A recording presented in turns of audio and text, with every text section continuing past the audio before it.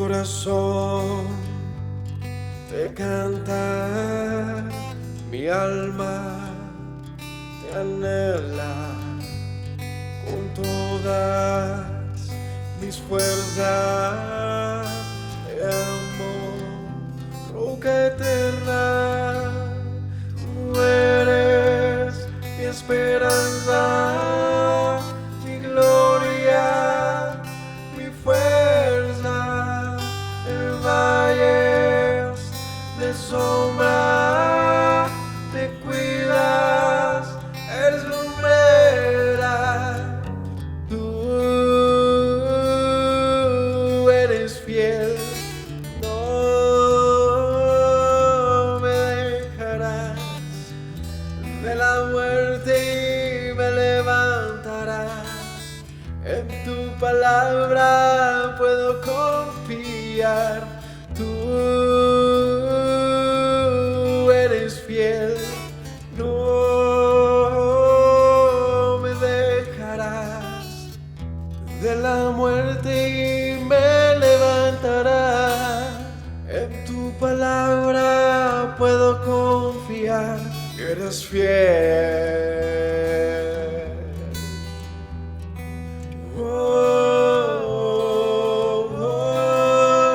Mi corazón te canta, mi alma te anhela con todas mis fuerzas.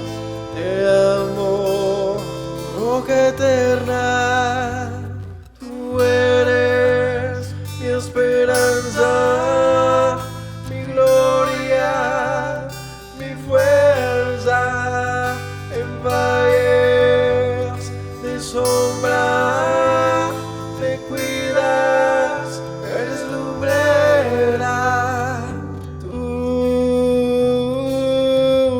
eres fiel, no me dejarás de la muerte y me levantarás.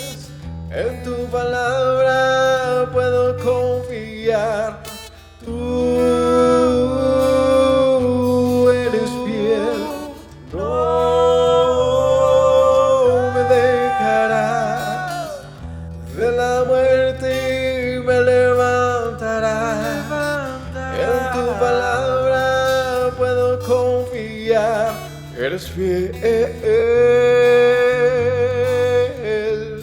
eres fiel. Tú eres fiel, no me dejarás de la muerte y me levantarás. En tu palabra puedo confiar. Tú eres fiel, no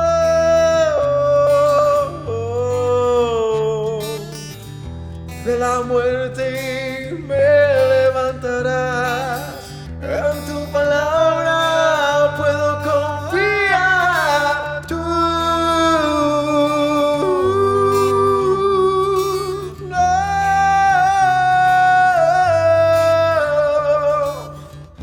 de la muerte y me levantarás. En tu palabra puedo confiar. Eres fiel, eres fiel. Tú eres fiel, no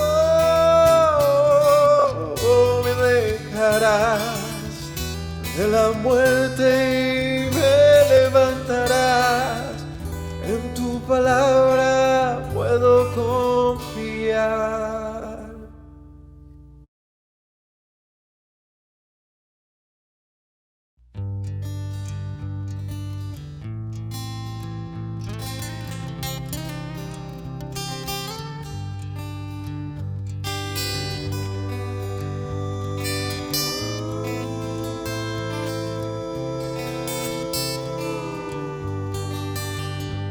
corazón al mar. Shalom para todos mis hermanos, el Señor los bendiga. Bienvenidos a un estudio más de las Sagradas Escrituras, continuando con el libro de los Salmos. En esta ocasión veremos los capítulos 4 y 5. Que el Señor nos dé la sabiduría para leer esto, para entenderlo y para encontrar un devocional, una reflexión y por supuesto algo que podamos nosotros de una u otra manera replicar para nuestra propia vida como, como un camino de, de interiorizar nuestros problemas y encontrar en Dios una salida, encontrar la manera de exponerlos delante de nuestro Padre Celestial y ver cómo, pues, de la mano de David, quien es autor de estos textos, alcanzar entonces una respuesta del Señor. Una respuesta que parte pues de un Dios que se agrada en la manera en que nosotros lo busquemos y de una oración con fe. Así que los capítulos 4 y 5 tienen cosas similares. En este caso veremos dos capítulos diferentes a los que vimos en las dos últimas ocasiones. El capítulo 1 y 2 son muy diferentes a estos que siguen acá. Estos capítulos son relacionados a la vida de David. Tienen lugar en la historia misma pues de David, de su vida.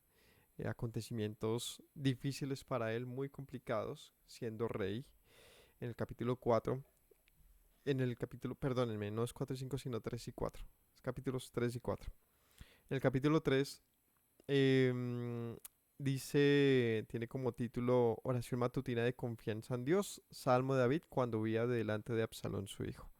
Entonces, ya veremos exactamente qué pasó en esa época, pero está hablando entonces, como les menciono, de momentos difíciles de la vida misma de David, en este caso, un problema muy grave en su familia, donde su hijo quería hacerle un golpe de estado. Y bueno, el capítulo siguiente también va a hablar de muchas aflicciones de David. Así que, si quieren ver esta lista, si quieren conectarse con nosotros, estamos apenas arrancando el libro de los Salmos y vamos a ir avanzando a la medida que nos rinda el tiempo. Así que hoy veremos dos capítulos, pero sería chévere que aprovechando que estamos empezando el libro, vayan y vean el capítulo 1 y 2 y aprovechemos esto para tener todas las semanas una reflexión y un camino de adoración personal hacia nuestro Dios, eh, de la mano de hombres como David, que aprendieron y supieron cómo exponer en oración su vida delante del Creador. Así que oremos y vamos a estudiar. Padre Celestial, te doy gracias en esta noche por la oportunidad que nos brindas de aprender, de escudriñar tu palabra, Señor, y de encontrar el consejo oportuno que necesitamos todos. Enséñanos, Padre, instruyenos con el amor que tú tienes sobre tu pueblo cuando te invoca, cuando te busca. Danos la fe, Señor, suficiente para invocarte y para reconocerte y para esperar y confiar en ti, por favor. Gracias te doy, Señor bendito. Amén. Bueno, mis hermanos. Entonces, dice el capítulo 3 del libro de Salmos. Salmo de David cuando huía delante de Absalón, su hijo. Y dice, oh Yahweh, cuánto se han multiplicado mis adversarios. Muchos son los que se levantan contra mí. Muchos son los que dicen de mí, no hay para él salvación en Dios. Mas tú, Yahweh, eres escudo alrededor de mí, mi gloria y el que levanta mi cabeza. Con mi voz clamé a Yahweh y él me respondió desde su monte santo. Yo me acosté y dormí y desperté, porque Yahweh me sustentaba. No temeré a 10 millares de gente que pusieren sitio contra mí.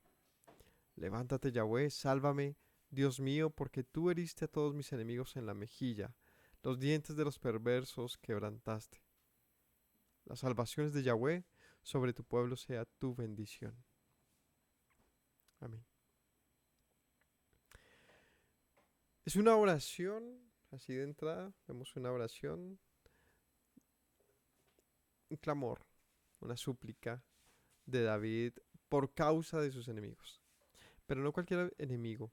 Aquí puntualmente está hablando de su hijo, pero no solo de su hijo, sino un levantamiento que hubo en aquella época, donde su hijo da, como les mencioné, trata de hacer un golpe de estado contra su padre, quien era rey en aquel momento. Esta historia eh, que está disponible, discúlpenme, esta historia que está disponible en los libros de Reyes y de Crónicas, donde se narra eh, un momento muy complicado de David, pues Absalón intenta usurpar el trono. Ay, sí, perdóneme. Es el libro de Samuel. Segunda Samuel 15, ¿cierto? Es Segunda Samuel 15. Dice en el capítulo 15 y tiene como título Absalón se subleva contra David. Es en Segunda Samuel. Em, este Absalón intenta vengarse de una u otra manera de su padre. ¿De qué se venga Absalón? Pues es que hay un problema grande familiar y les contextualizo rápidamente.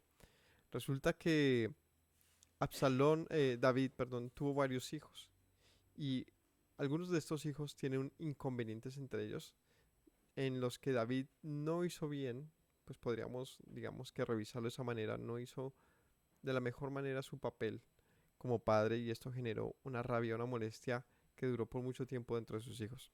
Sucede que eh, uno de sus hijos, Amnón, viola a una hermana.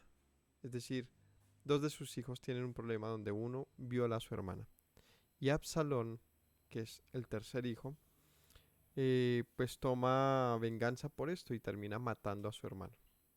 Ante este hecho tan terrible, una hermana violada por su hermano y otro asesinando eh, con venganza este asunto, hace que pues David tenga una postura que no es la más esperada. El primer problema es que David no hace nada. Es decir, cuando se entera de que han violado a esta hija suya, David no tiene realmente, digamos, no toma acción o no se expresa en los capítulos una acción que realmente demuestre una afrenta, ¿verdad? No toma control sobre esto, sino que más bien calla ante este asunto.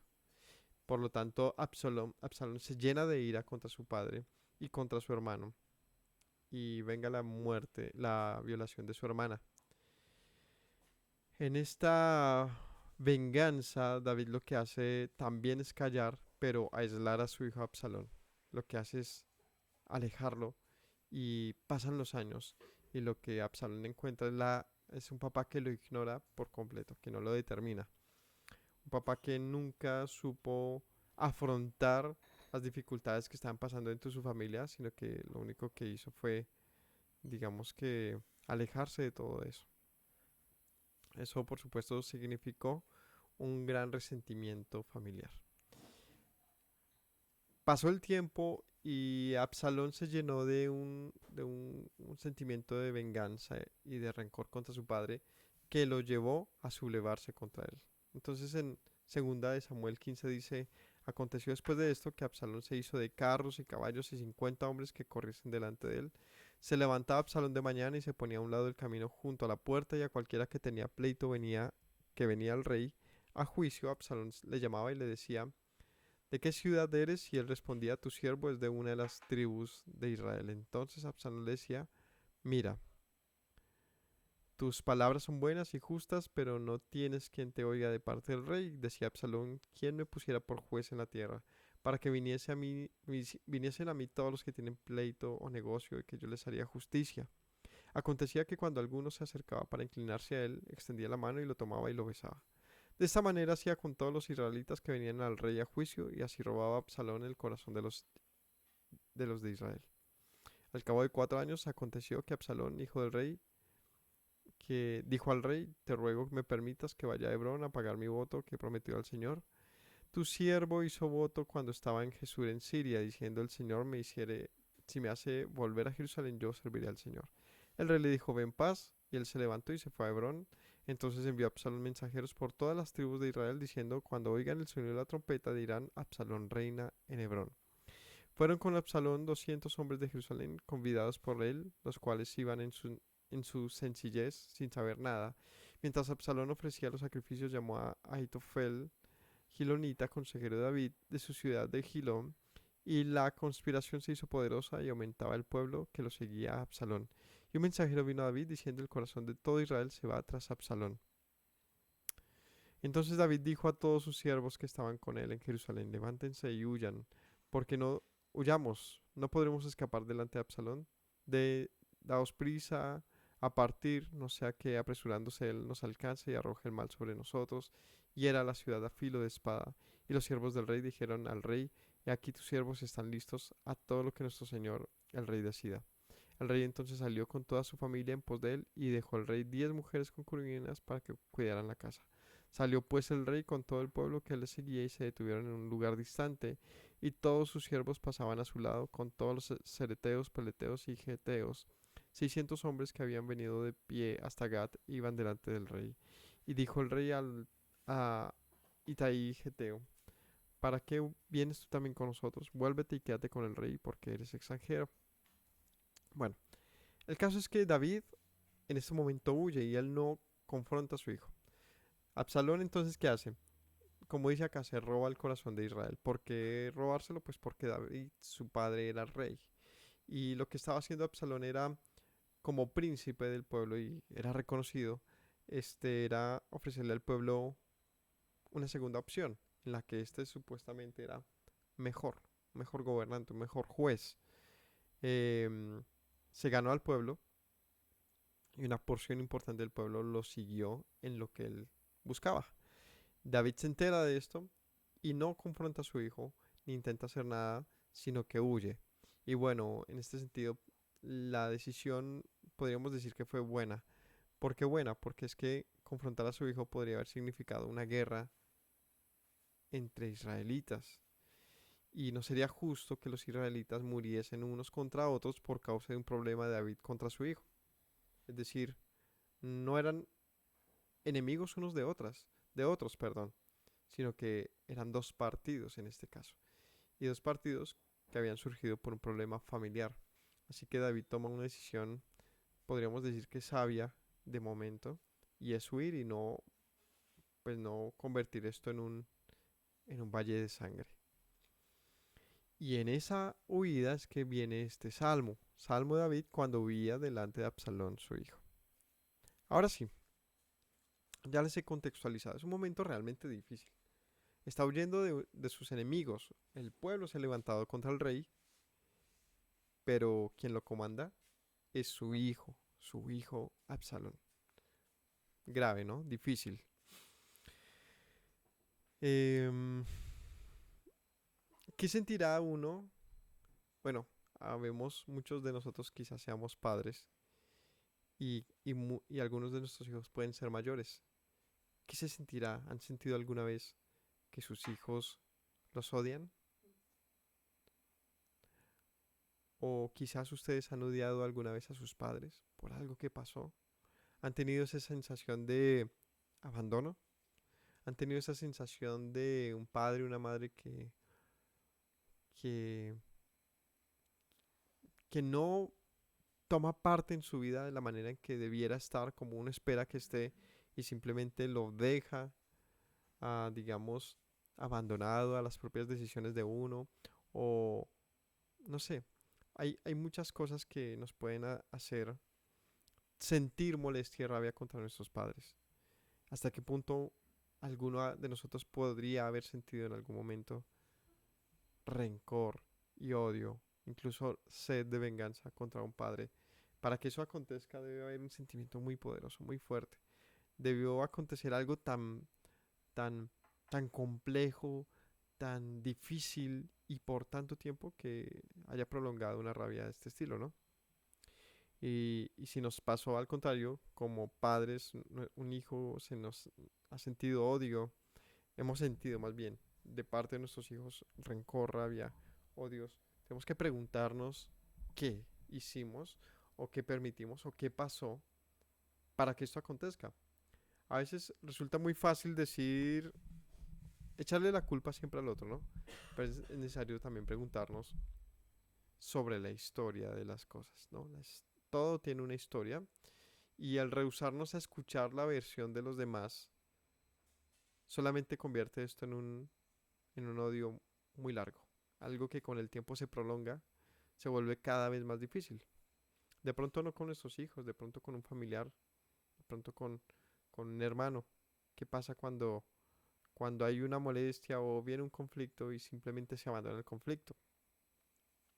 A veces pensamos que puede ser lo más sabio, alejarnos, pero yo soy de los que piensa que alejarse de los problemas no acaba los problemas, solamente los aplaza, los aleja, pero siempre va a estar el momento de confrontar el problema y quizás para ese momento en que se va a confrontar ya no hay una pequeña molestia, quizás ya para ese momento hay rencor, ya para ese momento quizás hay un odio muy penetrado dentro del corazón de la otra persona.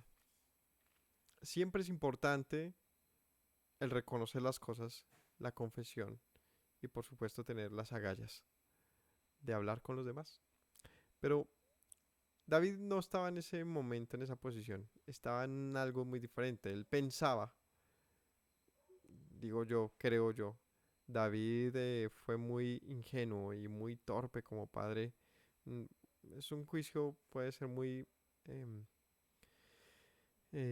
¿cómo lo digo? Fuera de lugar de mi parte, pero así se leen las cosas, ¿no? Así es como pareciera. David simplemente dejó que su hijo se llenara de amargura y en vez de haberlo abordado y decirle, hijo, tenemos que hablar sobre lo que pasó, la muerte de tu hermano, eh, la violación de tu hermana, todo, no, David lo que hizo fue que su hijo se convirtiera en una bomba de tiempo. Ya para este momento no había nada que hablar. Tenía que huir, ya que dice capítulo 3 versículo 1. Oh Yahweh, cuánto se han multiplicado mis adversarios. Pues aquí de un momento a otro tiene enemigos. No los tenía. David estaba bien, estaba tranquilo con el pueblo. Y de repente su hijo hace que la nación se divida. ¿Saben dónde queda Hebrón? Hebrón queda ahí también en Jerusalén. Es una ciudad de Judá, perdón. Es una ciudad de Judá. Es decir, que aquí se iba a motinar, iba a haber una guerra, un conflicto entre judíos, pues por ponerle eh, un contexto, digamos, geográfico. Eh, Recordemos que aquí está Absalón diciéndole, papá, padre, permíteme ir hasta Hebrón, estoy en Jerusalén. Yo prometí ir allá, hice un voto al Señor. Y es que David le había prohibido a Absalón moverse de Jerusalén. De hecho, ese fue el castigo que le puso por la muerte de su hermano. No se me va de acá. Em, pero pasado el tiempo, le permite ir y él hace un motín con los de Hebrón. Y en eso dice David, ¿en qué momento me llené de tantos enemigos? Oh Señor, cuántos se han multiplicado mis adversarios. Muchos son los que se levantan contra mí, muchos son los que dicen de mí, no hay para él salvación en Dios. Y aquí nos expresa algo que no leemos tácitamente en el libro de Samuel, y es lo que la gente pensaba de David. O sea, David está quizás o presuponiendo lo que la gente pensaba de él, o diciendo lo que la gente decía de él. Y es, ya David no tiene nada, o sea, se le acabó el chance a David, se le acabó la oportunidad, ahora viene su hijo, no hay salvación en David, Dios no está con David. David está diciéndole, Señor, todo el mundo dice que para mí ya está todo perdido. Y aquí viene un, una, una palabra hebrea y es Selah. Muchos son los que dicen de mí no hay para él salvación en Dios. Selah. Esta palabra Selah, que es común en los salmos, aparece muchas veces, la vamos a ver en muchas oportunidades. Es una palabra em, de la cual no hay un consenso exacto de lo que significa, pero hay un comentario general de lo que puede significar.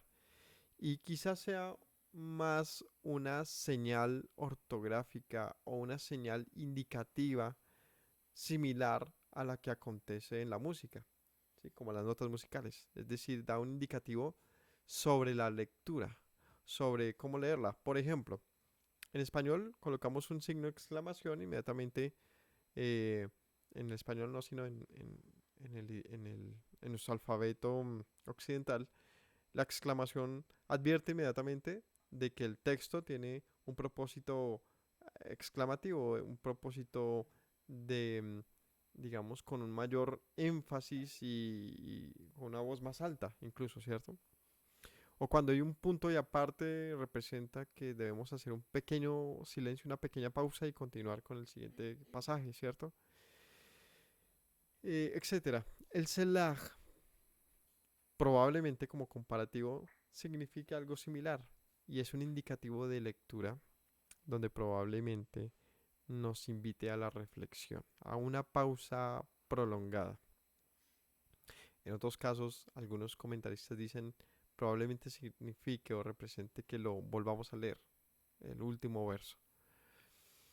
Pero no es claro lo que exactamente signifique, pero sí la mayoría coincide en que probablemente represente, nos indique a nosotros los lectores que debemos reflexionar o que debemos hacer una pausa, digamos una pausa lenta y apacible sobre lo que se acaba de leer, ¿no? Recordemos que es alguien orando. ¿Y la oración cómo se hace? Con sentimiento. La oración se hace con muchas emociones, ¿no? Cuando leemos el salmo así, oh Señor, cuántos se han multiplicado mis adversarios, muchos son los que se levantan contra mí, muchos son los que dicen de mí, no hay para salvación en Dios. Mas tú, Señor, eso no es una lectura de un salmo, eso es leer por leer. Realmente, cuando hacemos bien la tarea de leer un salmo, se convierte en poesía. Y si queremos realmente disfrutar los salmos, ya como lo dijimos desde el inicio de estos capítulos, dijimos vamos a tratar de aprender y extraer el máximo aprendizaje posible. Los salmos se leen con emociones, se leen con ritmo, se leen con musicalización. De hecho, por eso se llaman salmos. Tienen un propósito de alabanza y adoración. Es decir, la mayoría, muchos de ellos están enmarcados incluso con música. El capítulo 4 eh, es un salmo que seguramente se acompañaba con cuerdas. Pues allí tiene la indicación de que es un salmo de Nejinot. Y, y según los comentarios, puede hacer referencia a esto. Em, entonces, ¿cómo se debería leer? Pues si usted le puede poner incluso a su oración personal voz de narrador de podcast o de narrador de cuentos, mucho mejor. ¿Y cómo es esto? ¿Ah? Con quiebres de voz, con interpretación. Solamente ahí podemos entender quizás cómo se sentía David, ¿no? Hagamos el intento. Oh Señor, cuánto se han multiplicado mis adversarios. Muchos son los que se levantan contra mí. Muchos son los que dicen de mí, no hay para él salvación en Dios. Y ahí hacemos una pausa y pensamos, ¿por qué David creería que no habría salvación para él? ¿Sabe que cuando lo pausa y siente que David quizás estaba en una desolación, se sentía realmente frustrado por lo que pasaba? Porque claro, si fuese un, filisteo, un jebuseo, ¿qué habría hecho David? A la guerra de una. Y va y seguramente vence, pues era un guerrero muy poderoso. Pero ¿qué haces cuando es tu hijo el que se viene contra ti?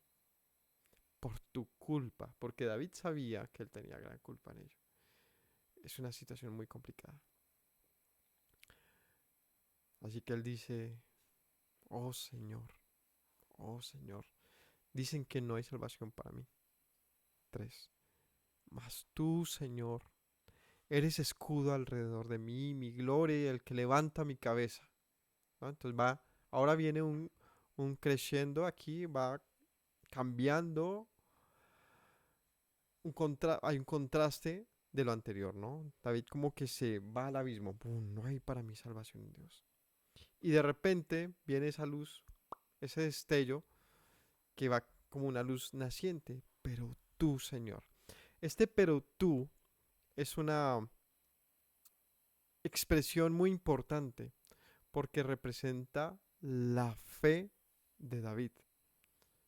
Estoy muriéndome, pero tú, Señor, ¿no? Estoy destruido, pero tú, Señor. Este pero significa que a pesar de que todo el mundo le dijese que no había salvación en Dios para él, a pesar de que toda la nación por completo se levantara contra él, David dice, pero. Y ese pero lo cambia absolutamente todo. Pero tú, Señor Yahweh, eres escudo alrededor de mí, mi gloria, y el que levanta mi cabeza. Y inmediatamente como que se afirma en sus pies, y por más de que la situación estaba perdida para él o pareciera estar perdida, él dice, mi confianza está en ti. Yo sé, Señor, que tú eres mi escudo. Yo no me voy a proteger contra mi hijo. Lo único que puedo hacer es huir. Si vivo o muero está en tus manos. Tú eres mi escudo. Tú eres mi gloria. Y el que levanta mi cabeza. Dicen que tú no me salvarás, pero tú eres mi gloria. Dicen que no hay salvación, pero tú me levantarás. Así que es una confesión de fe de David, donde él dice, yo solo sé que mi vida está en tus manos y estoy seguro que tú me protegerás. Con mi voz clamé a Yahweh y él me respondió desde su monte santo. Con mi voz clamé a Yahweh y él me respondió desde su monte santo. ¿Cuál es el monte santo? David, ¿dónde estaba? Él estaba en Jerusalén, ¿cierto? Perdónenme, pequeña.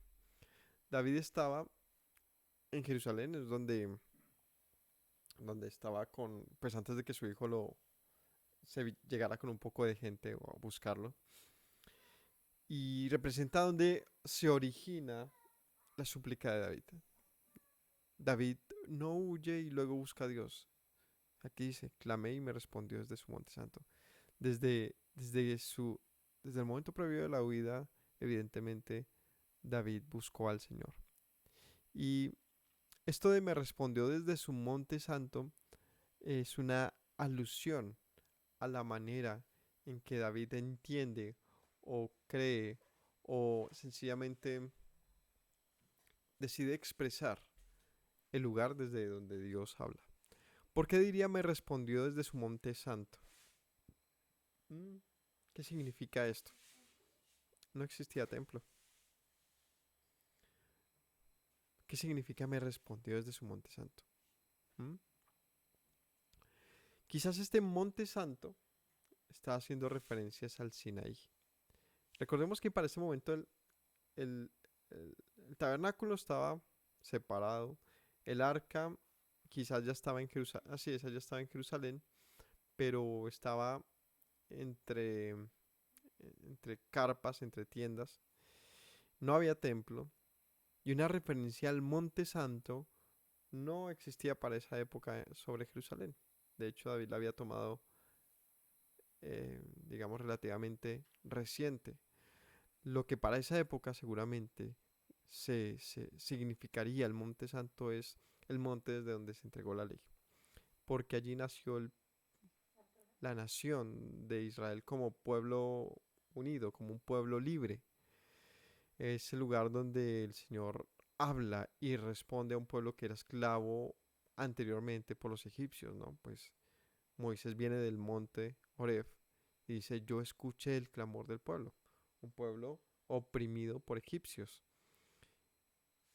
Así que es probable, ¿no? Esto solamente es un comentario, que David cuando dice, clamé y me respondió desde su monte santo, puntualmente, puede hacer referencia o al Sinaí, em, o al lugar que él había escogido para colocar allí el arca, que también era un monte, porque es que lo que sucede con Jerusalén y el lugar donde luego se construye el templo es que sí es un lugar alto. Entonces, independientemente de donde sea, es una referencia a tú me respondiste desde el lugar en el que permaneces.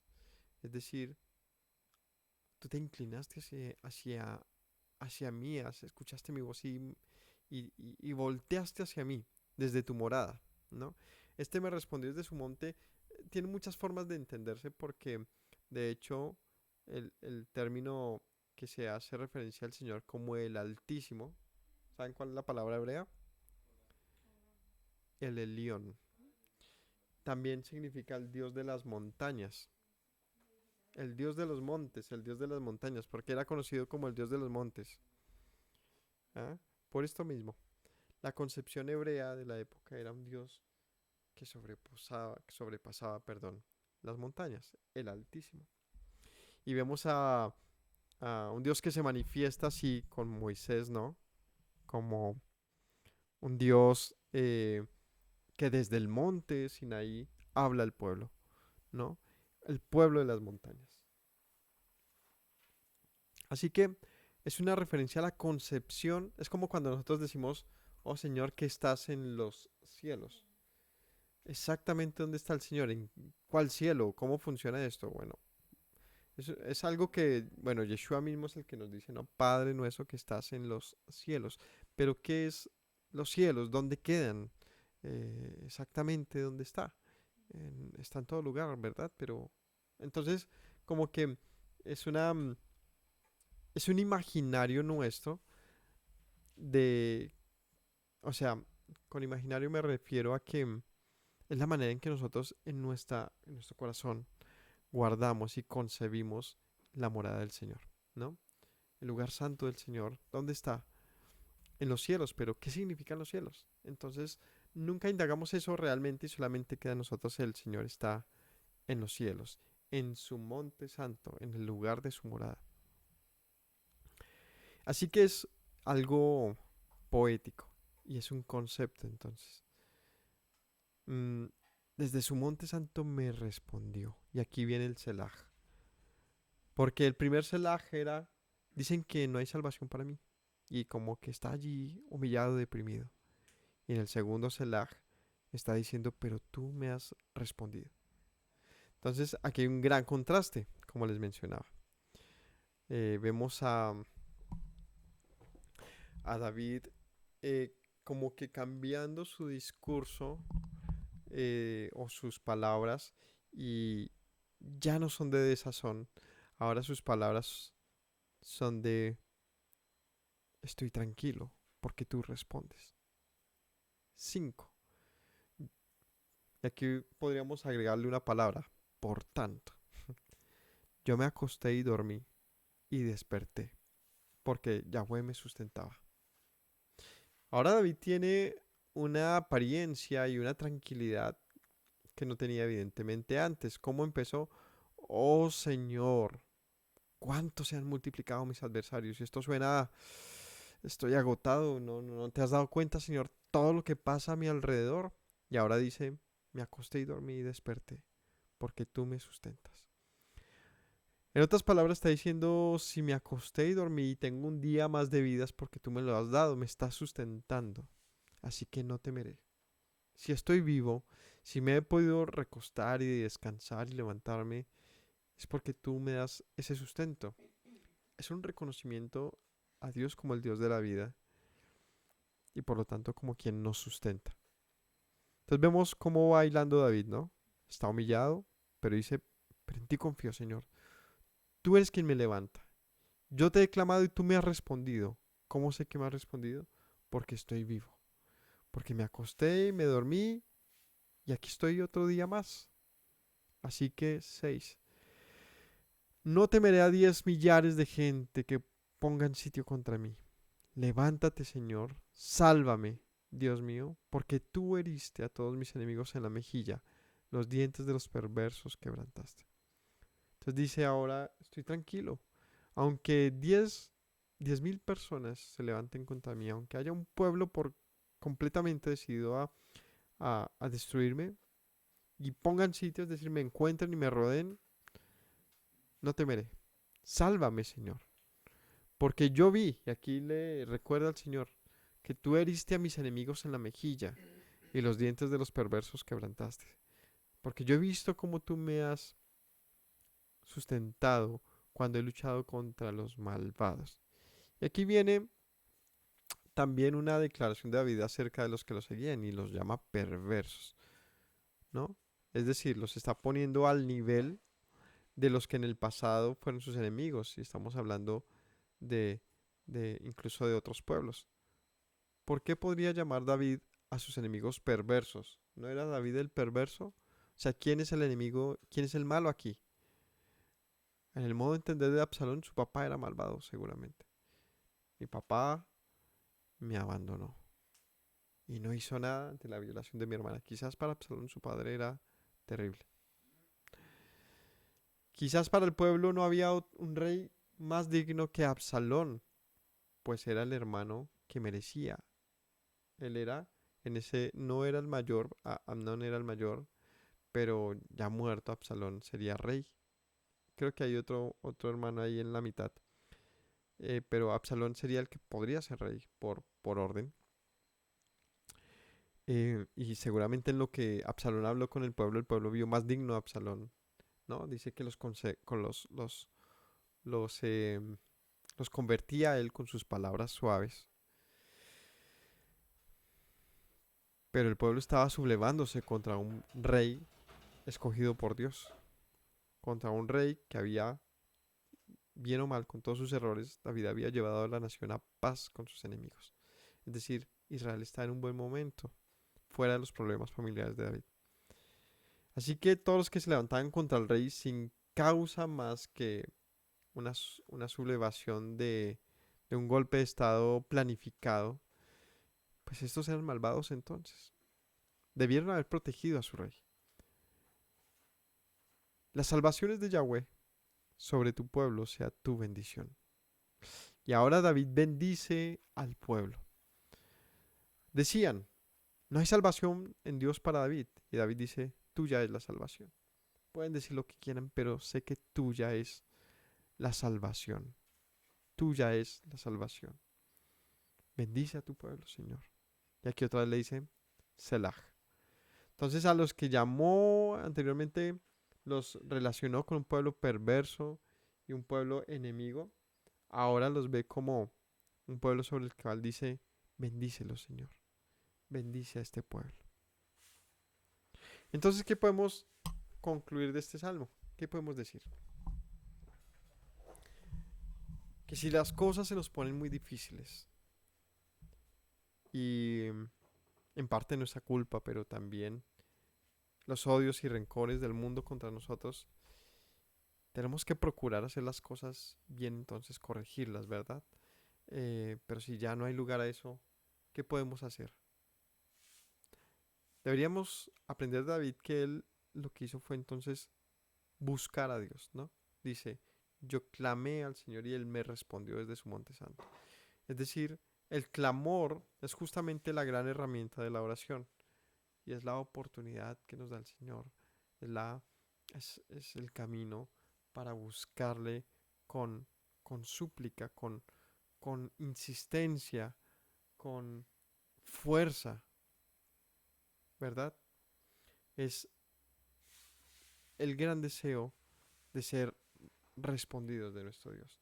Es una herramienta para no estar abandonados y solos y saber que nuestro Dios responde. Así que nuestra oración como debe ser de clamor, pero también de confianza y de fe. ¿Qué tipo de confianza y de fe? Mi vida está en las manos de Dios. Pasará lo que Dios quiera que pase. Yo confío en Él y no temeré. No temeré. No temeré. A veces la gente sigue, más bien, cegada por los chismes y por las acusaciones y cosas, puede tener una mala conducta contra nosotros. Eh, ante eso es que David dice, bendícelo, Señor. O sea, ¿qué puedo hacer yo? Guárdame de mis enemigos y aunque se levanten muchos contra mí, no voy a temer porque tú estás conmigo. Por eso digo que es complicado porque, bueno, David hizo mal, pero también hizo bien. Es decir, em, nuestros errores tarde que temprano nos cobran, nos pasan cuenta, ¿verdad? Pero eso no quiere decir que Dios nos abandone. Y eso es lo que David sabía. Que a pesar de que él hubiese cometido 1000 cosas en su vida, él tenía un lugar de refugio y era el Señor. Él decía, Señor, haz lo que tenga que pasar, pero sé tú mi escudo. O sea, como quien dice, yo no voy a, por mis manos, por mi fuerza, yo no voy a hacer nada. Es decir, yo no voy a combatir, a luchar contra los demás. Yo esperaré en que tú me ayudes, me cuides, me ayudes en esta situación. Así que una situación difícil tenemos que afrontarla con calma, pero también con valentía. No como alguien que busca ganar a toda costa, pasar por encima de los demás, sino como alguien que puede dormir y descansar a pesar de los muchos problemas y levantarse y decir, si hay un nuevo día es porque tú me lo permitiste. Así que ayúdame, Señor. ¿No? Son una oración de ayuda, de clamor por ello. El capítulo 4 dice al músico principal sobre Nejinot, Salmo de David. Este término Nejinot es el que les decía, que puede hacer referencia a una oración que es acompañada con instrumentos de cuerda. Respóndeme cuando clamo, respóndeme cuando clamo, oh Dios de mi justicia. Cuando estaba en angustia, tú me hiciste ensanchar. Ten misericordia de mí y oye mi oración. Hijos de los hombres, ¿hasta cuándo volveréis mi honra en infamia? ¿Amaréis la vanidad? ¿Buscaréis la mentira? Sabed pues que Yahweh ha escogido al piadoso para sí. Yahweh oirá cuando yo le clame. Temblad y no pequéis, meditad en vuestro corazón, estando en vuestra cama, y callad. Ofreced sacrificios de justicia y confiad en Yahweh. Muchos son los que dicen, ¿quién nos mostrará el bien? Alza sobre nosotros, oh Señor, la luz de tu rostro. Tú dijiste, tú diste alegría a mi corazón, mayor que la de ellos cuando abundaba su grano y su mosto. En paz me acostaré, asimismo dormiré, porque solo tú, Yahweh, me haces vivir confiado. Vemos que es parecido la estructura. Empieza con un clamor, respóndeme cuando clamo, ¿no? Él dice, te clamé y tú me respondiste desde tu monte santo. Lloré, yo te pedí, tú me respondiste. Aquí dice, respóndeme. Es ese momento cuando él busca al Señor. Háblame, dime algo, Señor. Yo te clamo, yo te estoy buscando, te estoy rogando. Clamo por ti, oh Dios de mi justicia. Este Dios de mi justicia, ¿han oído esa palabra en hebreo? Recordemos qué palabra en hebreo puede parecerse a esto. Dios de mi justicia. ¿No? Sitkenu, justicia nuestra, justicia nuestra, justicia mía. Sitkenu, Sitkenu, justicia nuestra. No, la palabra para Dios que se utiliza acerca de su justicia es Yahweh Sitkenu, Yahweh justicia nuestra. David le está diciendo Dios de mi justicia. ¿Qué es Dios nuestra justicia? ¿Qué significa que Dios sea nuestra justicia? ¿Qué es decir Yahweh Sitkenu? Sí. Es dejar todo en las manos de Dios y decir, pues es que el justo eres tú. Y la justicia que yo busco, mi venganza o mi restitución o el juicio que yo merezca, todo está en tus manos. Tú eres mi justicia. Respóndeme. Si hay un juicio, hazlo tú. Recordemos a David cuando el profeta le dice, ¿qué prefieres acerca de 3 juicios? Y finalmente David le dice, que sea Dios quien me juzgue. Sé tú mi justicia. Cuando estuve en angustia, tú me hiciste ensanchar. Ten misericordia de mí y oye mi oración. Me hiciste ensanchar? Me hiciste alegrar. En otro momento en que yo estuve angustiado, tú me respondiste, me sacaste de mi aflicción. Ahora, en este momento, ten misericordia de mí y escucha mi oración. David, por supuesto, era un hombre que conocía a Dios de largo, mucho camino. Por lo tanto, él sabía cómo buscarlo y tenía en su haber su propia experiencia Y le dice, Señor, ya antes estuve en opresión, en dificultad, y tú me respondiste y me hiciste cambiar mi lamento. Ahora ten misericordia de mí y escucha mi oración una vez más. Y luego hace una exclamación contra aquellos de los cuales estaba orando al Señor. Hijos de hombres, ¿hasta cuándo volveréis mi honra en infamia?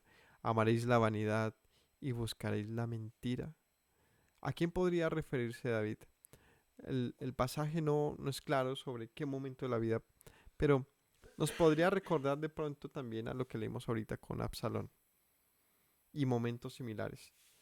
¿Y hasta cuándo me van a deshonrar? Porque en muchos momentos, como también Saúl lo hacía, buscaba que el pueblo se fuese contra David y no hacían honor a la verdad acerca de él como, digamos, como autoridad o como líder.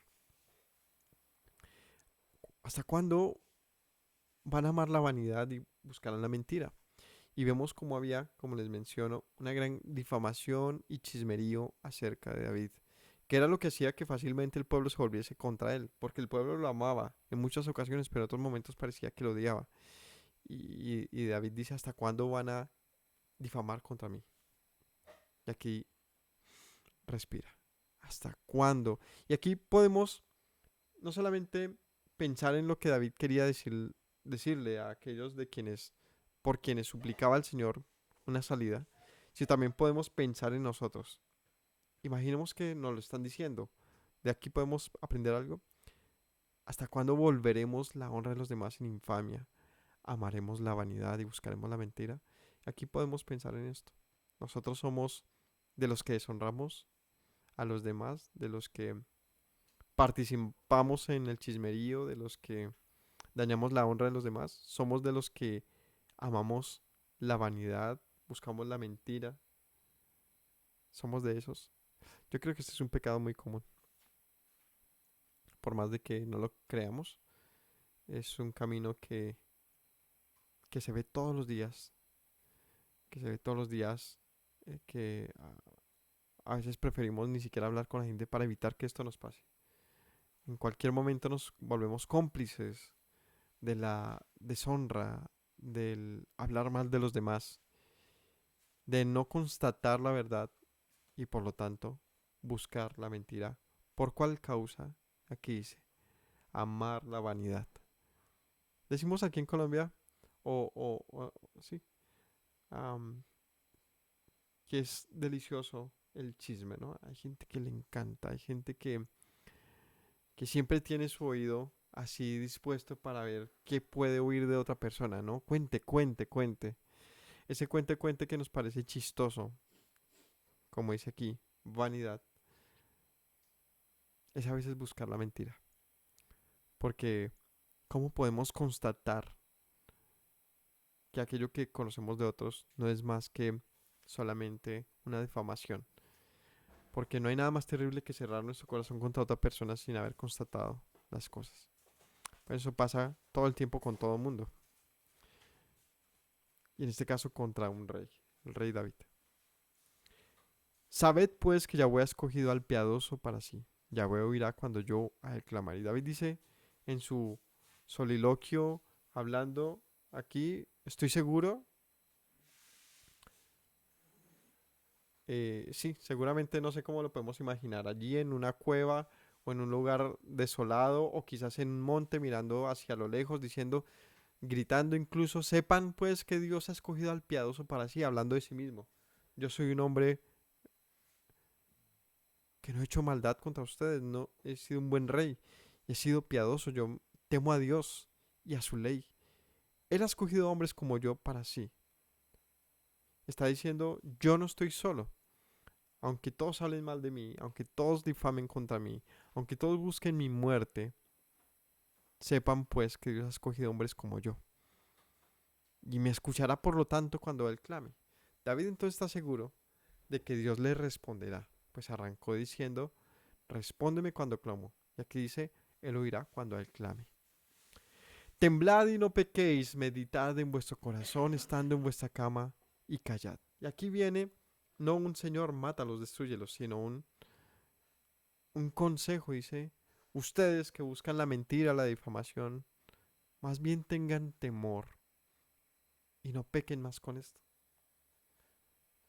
¿Sabe qué? De esto yo he aprendido mucho viendo las noticias y lo que pasa aquí en los medios y todo lo que se cuenta sobre los escándalos que pasan en nuestro país, sobre políticos y demás. He aprendido mucho sobre esto. Temblad y no pequéis. Porque estamos siempre tan dispuestos a señalar lo que no sabemos, lo que se dice por ahí y por allá. Pero a lo largo de eso se destruyen muchas familias. Con verdad o sin verdad, no lo sabemos. Pero sí se destruyen muchas personas y muchas vidas. Y eso es muy complicado, ¿no? Porque prácticamente que todos nos hacemos partícipes de eso, justa o injustamente. Y eso no creo que ayude tanto. Lo que ayuda es aprender a tener criterio y a callar y a meditar, como dice acá, meditad en vuestro corazón estando en vuestra cama y callad. Dejar nuestro apresuramiento a señalar lo que no sabemos, que ese es el mayor error de todos. Todos asumimos que sabemos qué pasa con gente que desconocemos por completo. Damos por hecho que sabemos cuando alguien es hipócrita, cuando alguien es bueno, cuando alguien es malo, cuando alguien ha cometido, no sé, delitos, cuando no. Y esto nos pasa todo el tiempo con los demás, con nuestro prójimo, con nuestros amigos, vecinos, compañeros de trabajo, parejas, hijos, padres. Es un amor a la vanidad y una búsqueda por la mentira. ¿Sabe cómo dejamos de buscar la mentira? Temblad y no pequéis. Es decir, tenga temor de abrir su boca y de poner sus oídos donde no tiene que ponerlos. Medite en su corazón, ¿dónde? En su cama y calle. Es decir, busque en lo privado y en su mente, en su privacidad, razone las cosas. Siempre queremos hacer un comentario. Sí supo, ¿no? Yo ya sabía que eso iba a pasar así. Cosas así como esas. O ese siempre ha sido así. O aquella persona, esa señora, ese señora, no sé quién sea, siempre que pasa algo o hay un chisme, un comentario, como que uno se las da de muy sabio y dice, yo ya lo sabía. No, ahí es donde he aprendido a decir, no sabemos nada. Si las cosas son como dicen, pues saldrá a la luz. Si no, pues yo tampoco tengo por qué dañar mi corazón contra mi prójimo. Porque llega aquella persona, ese invitado, ese amigo, ese ex amigo, ex vecino, lo que sea, de que no oímos algo y ya estamos prevenidos. Ya damos por hecho que sí hizo algo, no sé, indebido. Es decir, nos volvemos como incapaces a veces de interpretar y de dar la oportunidad a todo el mundo de presumir su inocencia. David estaba siendo señalado todo el tiempo. Y David dice, ¿hasta cuándo van a humillarme así y a difamarme? ¿Hasta cuándo van a hablar lo que no saben de mí? Pero por eso les digo, aquí podemos aprender del lado de nosotros a veces hacemos eso, directa o indirectamente con la gente, con nuestros comentarios.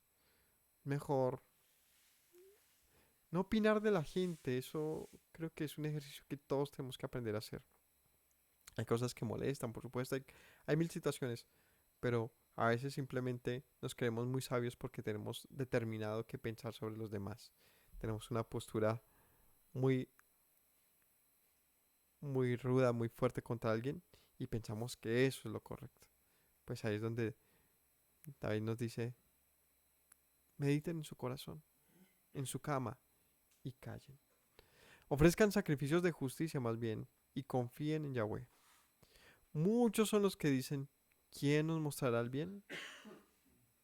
Entonces, a los que hablan mal de otros, él dice más bien ofrezca sacrificios de justicia. ¿Esto qué significa?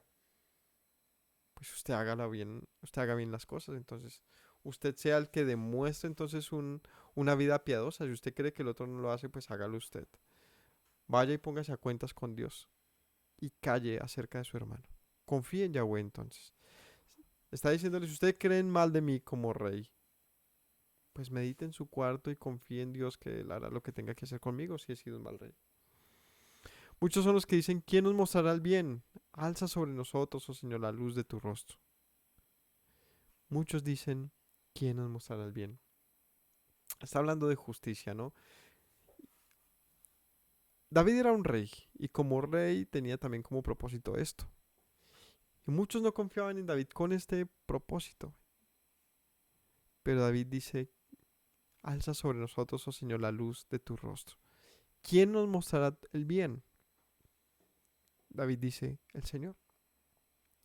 Vuelve tu rostro sobre nosotros, Señor. Eso es lo que la gente está buscando. Míranos. Porque muchos te buscan, muchos están buscando el bien. Muchos son los que dicen, ¿quién nos mostrará el bien? Míranos, Señor. La Torá, la ley de Dios, sus palabras, todo lo que el Señor ha dicho, nos muestra el bien. Es la luz que Él ha puesto para que nosotros nos guiemos, su palabra. Tuviste alegría en mi corazón mayor que de la de ellos cuando abundaba su grano y su mosto. Eso está, David está diciendo, a pesar de esta situación, yo puedo encontrar paz y alegría que ellos no tienen sin ser perseguidos y en sus momentos de mayor abundancia. O sea, David está diciendo, yo confío en ti, tú me has dado una alegría, una paz que supera la del mundo. Es una declaración que nos deja ver que David, a pesar de todas sus tristezas y dolores, de verdad estaba decidido a confiar en el Señor. A pesar de que estaba huyendo con su familia, ¿no? Leímoslo en el caso de Absalón. Huyó con toda su casa y dejó apenas 10 mujeres. Fue chistoso, dejó 10 mujeres cuidando las cosas, ¿no? Digo chistoso porque sabemos que para esa época la gente era bien bárbara. Y haber dejado 10 mujeres era exponerlas a una muerte segura. A violarlas y demás. Y eso fue lo que hizo Absalón. A estas mujeres que dejó David, a estas concubinas, las violó Absalón en las azoteas, delante de todo el pueblo, como una gran victoria para él, ¿no? Pensando que este era el gran logro, violar a las mujeres de su padre. Todo es terrible, ¿no? En esta historia. Pero, pero David dice, aunque yo estoy huyendo con mi familia, puedo tener paz, más que la de aquellos que se creen que están muy bien. En paz me acostaré, asimismo dormiré, porque solo tú, Señor, me haces vivir confiado. Esta frase es similar a la anterior. Me acosté, dormí y desperté, porque tú me sustentabas. Ahora dice, me acostaré en paz, dormiré, porque tú me haces vivir confiado. Y es la misma cita, es lo mismo, está hablando de lo mismo.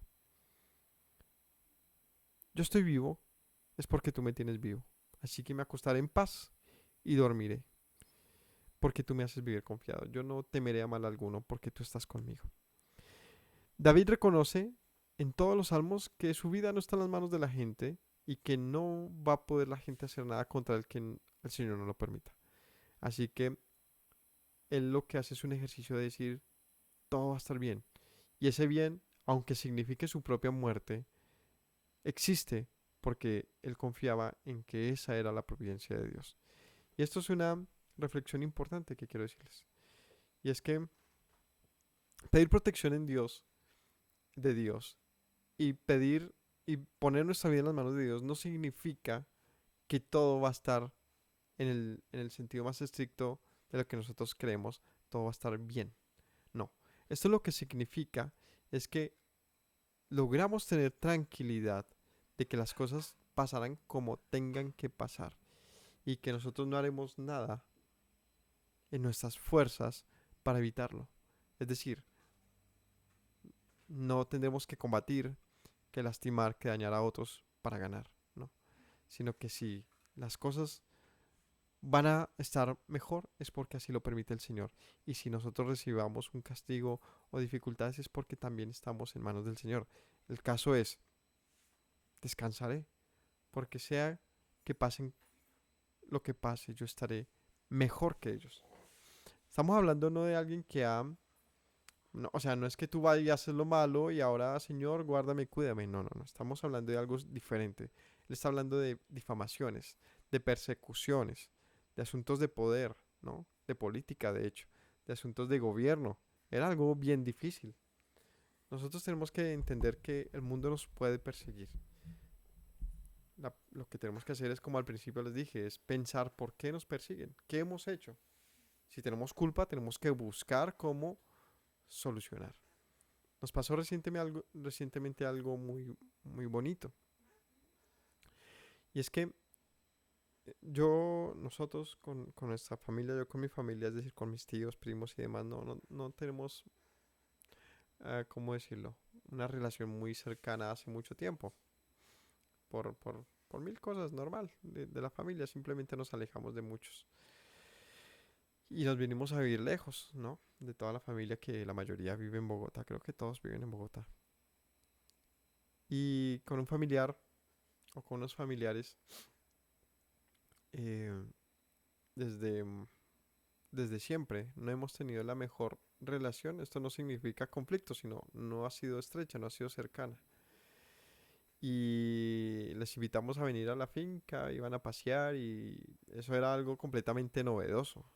Nunca desde que vivimos en Bogotá, por ahí una vez, no sé, muy pocas veces, siquiera fueron a nuestra casa para almorzar, ¿no? Nunca pasó porque no era normal, o sea, no sé, no, como que no era algo normal. Simplemente había ahí como un algo quizás del pasado, no sabemos, o yo no lo sé bien. Pero había ahí algo, como algo, esas cosas que, como les mencionaba, no resolvemos y se crea una distancia en el corazón inmensa. Esta persona vino y se dio la oportunidad de reiniciar y fue muy especial eso. Es algo de lo que uno se siente en paz y satisfecho porque lo que sea que uno pensara de esa persona o esas personas de uno, seguramente ya no existe. Ya no existe. Estoy seguro que se replanteó absolutamente todo lo que se podía haber pensado, creído y demás. Y eso es algo maravilloso. Pero si no hubiese pasado, pues pasarían los años y seguramente aquel vago sentimiento se habría empoderado y se habría convertido en un resentimiento de nunca nos quisieron, o qué odiosos, o qué petulentes, o lo que sea.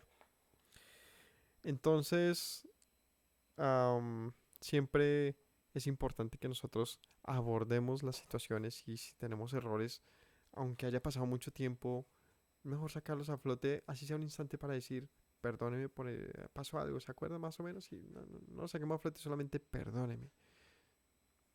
Eso puede cambiar todo. Seguramente si David hubiese buscado a Absalón y se hubiese humillado delante de su hijo en lo que él sabía que había hecho mal, quizás su hijo no tendría ninguna razón más para buscarle y hacerle el mal que procuró y que le hizo. Pero sea como sea, como les mencioné, las situaciones difíciles, perdón, nuestras malas decisiones, nuestros malos actos, nuestros errores tarde que temprano nos pasan la cuenta de cobro y tenemos que estar fuertes para eso. Fuertes para eso. Es afrontarlo. Pero no luchando contra la gente. No, si hemos lastimado, pues bien merecido que nos pasen cosas difíciles. Pero claro que nadie quiere eso. Así que busquemos a Dios, sometámonos a Él y estemos en paz. Hagamos lo correcto. Ahí viene la completa paz. Estás cuando estás haciendo lo correcto. No lo hiciste antes, pero ahora sí. Y mantente en hacer lo correcto. En hacer lo correcto. Siempre pensemos, ¿he hecho lo correcto con este o esta persona? Sí, me hicieron ahí. Y que ya dejé el disco rayado. ¿Usted ha hecho lo correcto hasta este momento? ¿Ha hecho todo lo correcto? Eso tenemos que preguntárnoslo. Y el resto descansar en Dios. Y decir, bueno, Señor, si esta situación yo no la puedo manejar y ha sido muy dura para mí, pues llora mucho y clámale a Él, pero reposa en Él. Así que, como dice este versículo, vamos a terminar con el estudio. En paz me acostaré y asimismo dormiré, porque solo tú, Señor Yahweh, me haces vivir confiado. Mis hermanos, que el Señor les bendiga, que nos dé sabiduría para, para dirigirnos a Él y para atender nuestros problemas y nuestras dificultades, para solucionar todo lo que tengamos pendiente con nuestra familia, con nuestros amigos, con nuestros cercanos y con los que hemos alejado o nos han alejado. Así que gracias por acompañarnos en esta enseñanza del día de hoy. Que el Altísimo los proteja y buen inicio de Shabbat para todos. Bendiciones.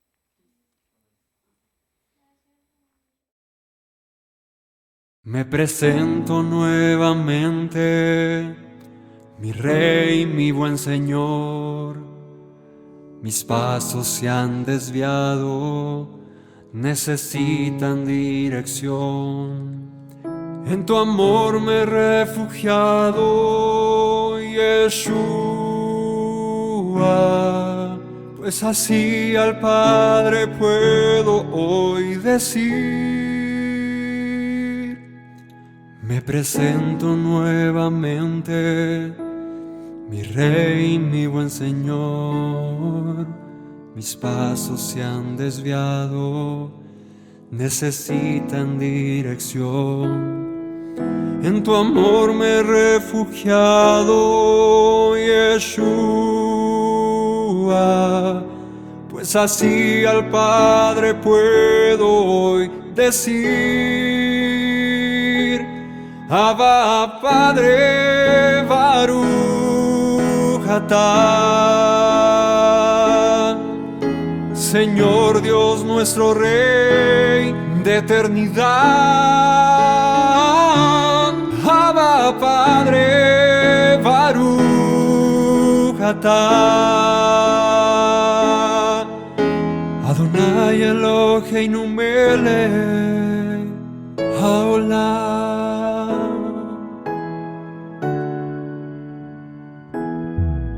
Me presento nuevamente, mi Rey, mi buen Señor. Mis pasos se han desviado, necesitan dirección. En tu amor me he refugiado, Yeshua,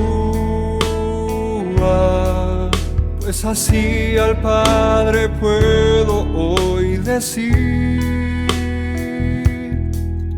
Me presento nuevamente, mi Rey, mi buen Señor. Mis pasos se han desviado, necesitan dirección. En tu amor me he refugiado, Yeshua, pues así al Padre puedo hoy decir. Abba, Padre, Baruch atah, Señor Dios nuestro Rey de eternidad. Abba, Padre, Baruch atah, Adonai Eloheinu melech